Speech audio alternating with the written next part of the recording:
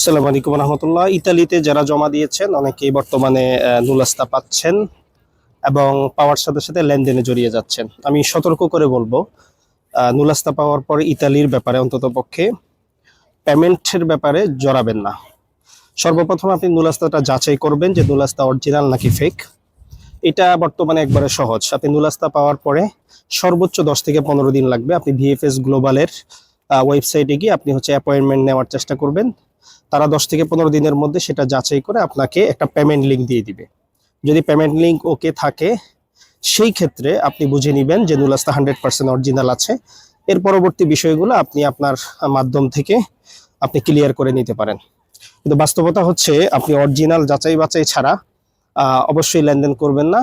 আর গুরুত্বপূর্ণ ব্যাপার হচ্ছে, বর্তমানে নুলাস্তা ফেক না অরিজিনাল এটা বোঝা একবারে সহজ। বিএফএস থেকে যদি ওকে আসে তাহলে বুঝবেন এটা 100% ওকে, না হলে ফেক।